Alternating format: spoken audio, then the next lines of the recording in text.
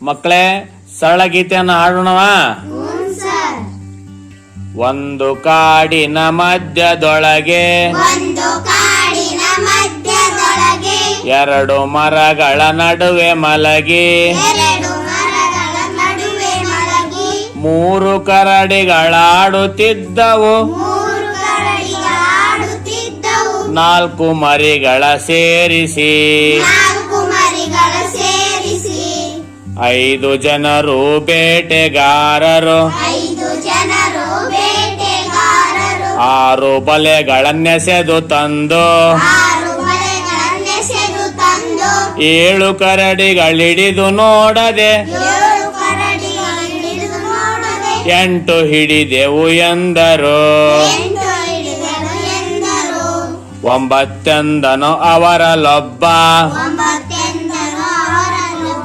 10 ಎಂದನು ಬೇರೆಯವನು ಎಣಿಸಿ ನೋಡಿದರೇಳೆ 7 ಇಲ್ಲಿಗೆ ಕತೆ ಮುಗಿಯಿತು.